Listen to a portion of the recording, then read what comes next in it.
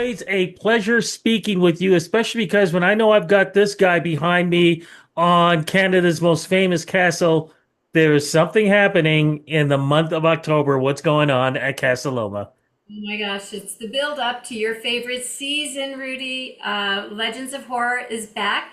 It's our 10th anniversary. How about that? 10 years of thrills and chills. We're really, really excited for this year. We've got some amazing new stuff, so never before seen. Set designs and set pieces that are coming in for this year. So if you like clowns, or rather, if you don't like clowns, this is the year to come to the castle. I mean, look, we're always in this blessed space where we're the only castle, in the country, and then everybody always wants it to be haunted. And for these 30 days in October, we absolutely are. Every nook and cranny of the castle is crawling with something creepy. So you're going to need to look over your shoulders from where you come in at Davenport all the way 2 kilometers to where you end up in the carriage room. And I've got so much to tell you about it. You know what I love about when I drive up to the castle? Um, there's this, I don't want to take it away from everybody, but there's a street where suddenly you get all the smoke coming out. And you're always like, what is going on? And of course, there's all the fun stuff at the castle. For somebody who's never been there, can you describe it, please? Because it is so much fun. And it is probably one of the most fun, realistic Halloween experiences ever. And I think one of the biggest things is because it's at a castle. Well, I agree. So for somebody who's never been, we were sort of referred to Legends of Horror as promenade theater. So you're walking through this space. It's not immersive in the sense that nobody's going to touch you, but there's lots of jump scares. But the purpose of a promenade theater is for you to see, hear, touch, and in some ways taste and feel all things spooky. So it's a 2 kilometer walk. You come in on the bottom of the grounds at our Davenport gates, and that's where I think you're referring to. The smoke is coming out from the forest. So we have a forested area in the lower gardens. You're outside for so much of this experience, which gives you the ambience of the nighttime, the real changes in temperature, the movement of the air. And then we run through or walk through, some people run through, some people scream through different zones of the property. So we've got zones where we've got Dracula's graveyard, and we've got werewolves. We have a corn maze. We've got the underworld. We have Dracula's lair. We've got, of course, halfway through, Captain Morgan's pavilion, where you get your spot of courage, but where we also have a jump-in hot. The most sought-after DJs in the city will be playing nightly in Captain Morgan's bars. You have a few drinks, you get back out because we're not done. We have the Jambo Brothers who are going to spook us out with some of their incredible acrobatics that they do, very much on theme for Legends of Horror, but I don't know if you're aware they were the semi-finalists in Canada's Got Talent. So they'll be there, yeah, with fire breathers and jugglers and contortionists through areas that we call toxic wasteland and plague halls and burning buildings, to Phantom of the Opera, to Dracula's lair, and then of course there's Frankenstein's lab at the end. So all of these different vignettes. Oh, I didn't even go through the haunted house. What's the matter? We have the haunted house, we have the mirror maze, we've got themes. Circus themes are big for us this season. Lots of nasty clowns on site. We've got themes that are reminiscent of Stranger Things, The Last of Us, some great references and nods to The Shining.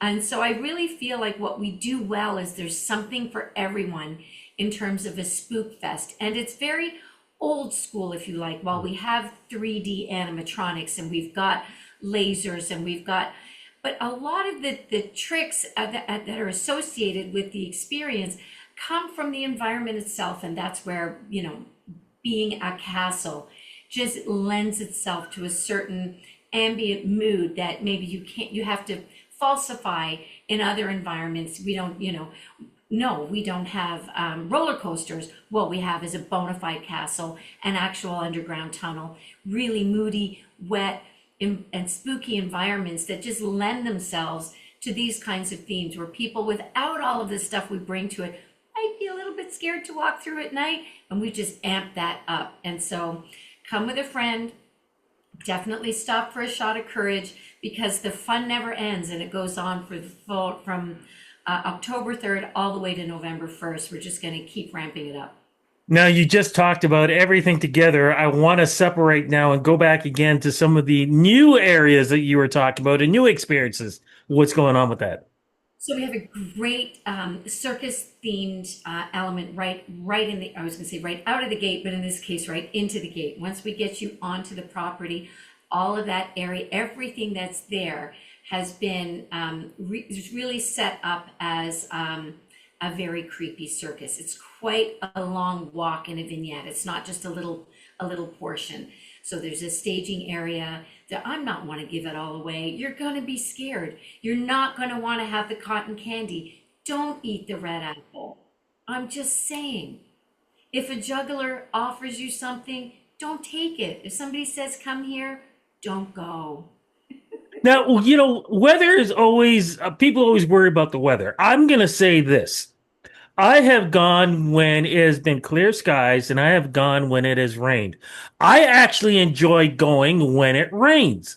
And the reason why is because it just gives a whole other experience with everything that's going on. It is, and people should understand, it's really like, especially when you're walking through everything, it's like watching a movie, but guess what? You're not watching a movie. You're actually now in the movie. It is a wild experience.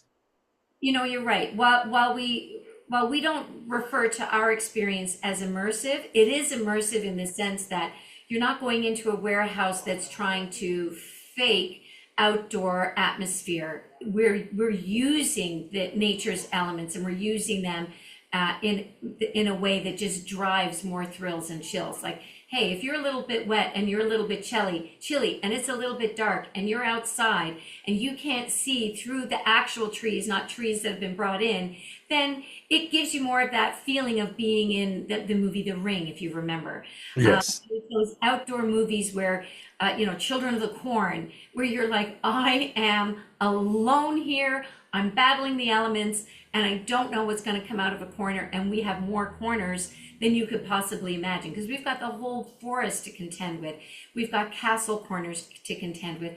We have dark tunnels to contend with. There's no limit to where we can come out and jump and scare, or use decor, or use the environment for us, so that we can make this more of a realistic experience for you. Definitely, you feel like, not like you're in the set of a movie, but that you're in an actual horrifying experience, and you may need to run for your life. Yeah, no, definitely. Now, running for your life is what you mentioned earlier. About halfway through, we have that area where you just want to sort of reset yourself, where you were saying you got a DJ and things like that, but you didn't talk really about the whole thing, because there's also an immersive screen that's going on behind the DJ that is wild. Yes, I'm sorry. I meant to. I made it sound too friendly. Yeah, Yes. Captain Morgan Bar. Yeah, you can get a shot of courage, but some of the names on some of those drinks are they're a little bloody. I'm not going to lie to you. And the LED screen and the decor in there is, of course, fully on point and absolutely terrifying. In it, we've got a dragon in there, and we've got all kinds of stuff going on in there. It's certainly, I mean, it's a lot of fun. It's very spooky. And yes, you get to have a couple of drinks and listen to the DJ, but again, that music is going to be just getting you up and going, because you've still got another full kilometer to go, and we're not done. We're just getting started at that point. So there's just, honestly, from beginning to end, for the entire season, there's so much for people to enjoy, and depending where your taste in horror comes from, I think we've touched on so many themes that there's a little bit for everyone. And I should say that we do have some family hours that we refer to as, we call Legends Light. And those are hours that are from where we don't have any of the actors in place. And so from 5:30 to 6:30 p.m. on select dates, families can come in with younger family members. Again, I'm not really advocating for, children on, like children, really, really young kids, like toddlers. I think it's a lot for them to experience. But for those kids who are, 9, 10, 11, 12, 13, that sort of age, you want to come in, and you know what? I shouldn't say that. There's lots of kids who are a little bit younger that have more stamina than we do. But if you come in before dark, when they can see a little bit past the trees and they can see into what's going, they have a great experience. They get a sense of the thrills and the chills, but it's a little bit more on their level. And it's something that families can talk their kids through. It's a fun experience for them as well. The actors aren't there, and so they don't get those jump scares, but still a lot of fun. And then at 7 o'clock, when the sun sets, all bets are off, and you're on your own at that point. Okay, so let's point out a couple of things. Number one, make sure that you are prepared to walk several stairs up. If you have an injury or something, you may want to think twice about that because sometimes if you're not all together, like leg wise or whatever, that could be a little tough. So I want to make sure I point that out for folks. And the other thing is, which is very important, do not touch the actors. Yeah, all of that sort of is true kind of all the way around. Again, we are all about, giving people lots of scares, but it's not actually dangerous, and it's not No. actually, nothing bad is going to happen to anyone. And so, yes, actors aren't going to touch the public shouldn't touch the actors. It's just about respecting people's spaces. And certainly we encourage that all the way through. We also ask customers who come and guests who come not to wear masks themselves. We don't want them being mistaken for the actors that we've got on site, and we don't want any behavior that they may be exhibiting to be misinterpreted as behaviors that have been exhibited by the people that we've hired to do their very excellent acting work. And yes, with regards to the grounds, people should be aware you are actually outside, you are actually in a forest, and so the grounds, if it's raining out, the grounds will be as the grounds would be in the woods. You're in the woods, so you should wear good solid footwear. Don't wear your heels and a mini skirt. It's going to be hard to navigate. If it rains, cover yourself up, dress for the weather. You will be in the weather. You are outside in the woods. There are stairs, and there are leaves falling from the trees, and that's not something that any of us have any power over. Nature rules in this environment, with thrills and chills coming second, and all of the excellent stuff that we've added on top of that coming after. So yeah, lots of fun for everyone. Now, here's the true magic. How do you guys, when the October 31st ends, changes the scary experience into a winter wonderland? Because we're going to be talking soon about the holiday season and what you folks turned that castle to. That is true magic. That is magic. I'm quite something. Our production team for the last 10 years have grown and grown in skill, and agility, and their ability to flip from one program to another in a remarkable amount of time is something that really should be lauded and applauded. So thank you for that, because it's really something to watch them tear out all of this stuff, which has been layered in since August. They've been working on it. And then in a matter of a week or 10 days, they're flipping it so that we can do holiday lights and Christmas at the castle. Because, right after we get the scary pumpkins and the ghouls out of the castle, Santa's on his way in. And that's such a magical time too, and something that we love so much, and a departure from what we're about to experience. We scare everybody away, and then we bring everybody back.